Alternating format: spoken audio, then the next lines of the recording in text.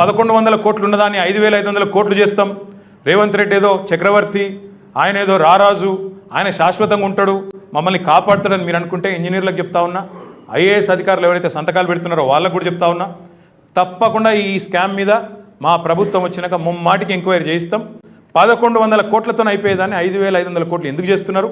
అది కూడా ఏ సంస్థ ఆఫీసులో ఎస్టిమేట్లు తయారు చేస్తున్నారో కూడా మాకు తెలుసు, ఎక్కడెక్కడ తయారవుతున్నాయో కూడా మాకు తెలుసు. ఇప్పుడు నేను చెప్పను, బాగుండదు పేరు, కానీ ఇది ఎవరితో మాట్లాడుకున్నారో కూడా నేను ఇప్పుడే చెప్పిన. ఇక వాళ్ళు రేపు ఏం జరగబోతా ఉందో కూడా ఇప్పుడే చెప్తా ఉన్నాను. నేను ఇంకొక మాట కూడా ఈరోజు మీకు చెప్తా ఉన్నాను. మూసీ ప్రాజెక్టు కూడా నవంబర్లో టెండర్లు పిలుస్తాను మొన్న రేవంత్ రెడ్డి చెప్పిండు. ఆగమాగమవుతున్నాడు. 6 గ్యారెంటీలు అమలు లేదు, రైతు బంధు ఇచ్చే ముఖం లేదు, పెన్షన్ ఇచ్చే ముఖం లేదు, తులం బంగారం ఇచ్చే ముఖం లేదు, కనీసం ఉద్యోగులకు డిఏలు ఇచ్చే పరిస్థితి కూడా లేదట. ఉద్యోగ సంఘాలు పోయి అడిగితే మార్చి దాకా ఆగాలే, మీకు పరిస్థితి తెలియదా అని మాట్లాడతాడు. కానీ మూసీ మాత్రం ఆగమేఘాల మీద నవంబర్లో టెండర్. నేను ఈరోజే చెప్తా ఉన్నా, ఇది కూడా రాసుకోండి, చూపెట్టగలిగిన వాళ్ళు చూపెట్టండి. మళ్ళా చెప్తా ఉన్నా, అది కూడా ఇదే ఈస్ట్ ఇండియా కంపెనీకి రేవంత్ రెడ్డి మాట్లాడుకున్నాడు. ఆయన ద్వారా ఢిల్లీకి మూటలు సిద్ధం కూడా అవుతూ ఉన్నాయి.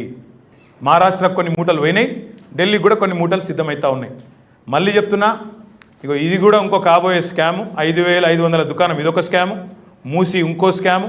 ఇది రేవంత్ రెడ్డి గారు ఈస్ట్ ఇండియా కంపెనీ కలిసి తెరలేపబోతున్న ఈ పన్నాగాన్ని నేను ముందే ప్రజల ముందు పెడతా ఉన్నా. ఇవాళ పారదర్శకత కోసం నేను ప్రభుత్వాన్ని అడుగుతా ఉన్నా, నీకు చిత్తశుద్ధి ఉంటే రేవంత్ రెడ్డి, ఇగో నీ కాంగ్రెస్ ఎమ్మెల్యే పత్రిక రాసిన వార్త, బ్లాక్ లిస్ట్లో పెట్టమని విచారణ కమిటీ అధికారులు ఇచ్చిన రిపోర్టు అని చెప్పి ఇక మీ కాంగ్రెస్ పత్రిక, కాంగ్రెస్ మానస పుత్రిక రాసిన వార్త. చిత్తశుద్ధి ఉంటే, నిజాయితీ ఉంటే, నువ్వు చెప్పిన మాట నిజమే అయితే ఈస్ట్ ఇండియా కంపెనీ వాళ్ళ మీ చర్యలు తీసుకుంటా, తొక్కేస్తా, నలిపేస్తా అన్న మాటల్లో కనీసం వాళ్ళకు తొక్కదీసే ధైర్యం ఉంటే వెంటనే బ్లాక్ లిస్ట్ చేయి. ఈ కాళేశ్వరం ప్రాజెక్టులోని ఏదైతే స్కామ్కు తెరలేపుతా ఉన్నావో, మల్లన్న సాగర్ నుంచి నీళ్ళు తీసుకొచ్చి పైపుల కంపెనీలకు కట్టబెట్టి ఒక అరాచకానికి తెరలేపుతా ఉన్నావో, దాన్ని కూడా తప్పకుండా మేము అడ్డుకుంటాము, నిలదీస్తూనే ఉంటాం, ప్రజల దృష్టికి తీసుకొస్తూ ఉంటామని చెప్పి కూడా నేను విజ్ఞప్తి చేస్తూ ఉన్నాను. అధికారులకు కూడా మళ్ళీ విజ్ఞప్తి చేస్తున్నా, 1100 కోట్ల నీళ్లతో, రూపాయలతో గోదావరి నీళ్ళు తీసుకొచ్చి గండిపేటలో కలపొచ్చు. కొండపోచమ్మ సాగర్ సోర్స్ ఉంది. తెలివైన వాళ్ళు ఏం చెప్తారంటే, మల్లన్న సాగర్ కెపాసిటీ ఎక్కువ కదా, 50 టీఎంసీలు కదా, ఇది 15 టీఎంసీలే కదా అని చెప్తారు. అట్లంటే మరి రంగనాయక సాగర్ కెపాసిటీ 3 టీఎంసీలే, ఆడికెళ్ళి 50 టీఎంసీల మల్లన్న సాగర్ నింపుతలేమా? ఏమున్నది అందులో? 3 టీఎంసీల రంగనాయక సాగర్ నుంచి 50 టీఎంసీల మల్లన్న సాగర్ నింపినప్పుడు 15 టీఎంసీల కొండపోచమ్మ సాగర్ నుంచి 7 టీఎంసీల ఉస్మాన్ సాగర్, హిమాయత్ సాగర్ నింపలేమా? కాబట్టి ఎందుకు పెంచుతారో, ఎందుకు పెంచుతున్నారో, ఎందుకు ఈ డ్రామాలు చేస్తున్నారో, ఎందుకు ఈ దోపిడీకి మీరు పాల్పడుతున్నారో మాకు మొత్తం తెలుసు. అధికారులు ఎవరైనా చేయకూడని సంతకాలు చేస్తే వాళ్ళ ఉద్యోగాలు పోతే రేవంత్ రెడ్డి ఉద్యోగంతో సహా అనేది రెండో మాట. నేను మూడో మాట కూడా అడుగుతా ఉన్నాను. అసలు ఈ ప్రభుత్వంలో పనిచేసే అధికారులకు కానీ, ముఖ్యమంత్రికి కానీ, మంత్రులకు కానీ ఆఫీస్ ఆఫ్ ప్రాఫిట్ అనే విషయం తెలుసా? ఒక నిబంధన ఉంది, ఆఫీస్ ఆఫ్ ప్రాఫిట్ అనే ఒక క్లాజ్ ఉంది, ఒక చట్టం ఉంది అన్న ఇంగిత జ్ఞానం ఉందా? క్యాబినెట్లో రాఘవ కన్స్ట్రక్షన్స్ యజమాని నిన్న మొన్నటి దాకా పొంగులేటి శ్రీనివాసరెడ్డి క్యాబినెట్లో కూర్చుంటాడు. క్యాబినెట్ 4350 కోట్ల పనులకు అనుమతి తెలుపుతుంది. తెల్లారి అదే క్యాబినెట్ అనుమతితోని టెండర్ పిలుస్తారు.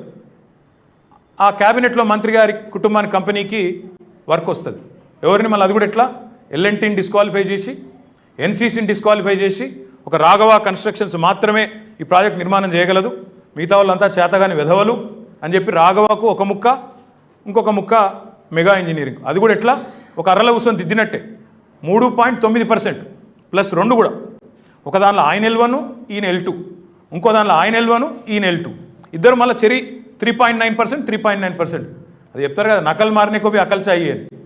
నకలు కొట్టినరు, అరల కూర్చున్నారు, రాసుకున్నారు, దిద్దుకున్నారు, చూచి రాత లెక్క వాడెంత రాసిండు, వీడంత రాసిండు. ఇంత ఓపెన్ లూటు. నేను అడుగుతున్నా ఈరోజు బీజేపీ నాయకులను, అసలు ఆఫీస్ ఆఫ్ ప్రాఫిట్ అనే నిబంధన గురించి మీకు సోయి ఉందా? ఉంటే నీ బండి సంజయ్, రేవంత్ సహాయ మంత్రి ఎవరైతున్నారో ఎందుకు మాట్లాడతలేవు ఈ దోపిడీ మీద? మీ ప్రధానమంత్రి ఏమో తెలంగాణను అక్కడ ఇక్కడ తిరుగుతుంటారు వేరే రాష్ట్రాల్లో, ఇక్కడికి వచ్చే వరకు మాత్రం బాయి అని అలిమించుకుంటారు. ఇదేనా మరి మీ నీతిని నేను అడుగుతా ఉన్నా. సరిపించండి విచారణ. రేవంత్ బావమరిదికేమో 1137 కోట్ల కాంట్రాక్ట్ అమృత్ టెండర్స్లో బావమరిదికి అప్పచెప్తారు సుజన్ రెడ్డికి. రాఘవ కన్స్ట్రక్షన్స్కేమో కొడంగల్ లిఫ్ట్ ఇరిగేషన్ రాసిస్తావు, ఈస్ట్ ఇండియా కంపెనీకేమో మిగతా రాష్ట్రాన్ని రాసిస్తావు. ఇది ఆఫీస్ ఆఫ్ ప్రాఫిట్ కిందకి రాదా? ఏ మంత్రి అయితే క్యాబినెట్లో కూర్చుంటాడో ఆ మంత్రి కంపెనీకి డైరెక్ట్గా వర్క్ గవర్నమెంట్ వర్క్ ఇవ్వచ్చా?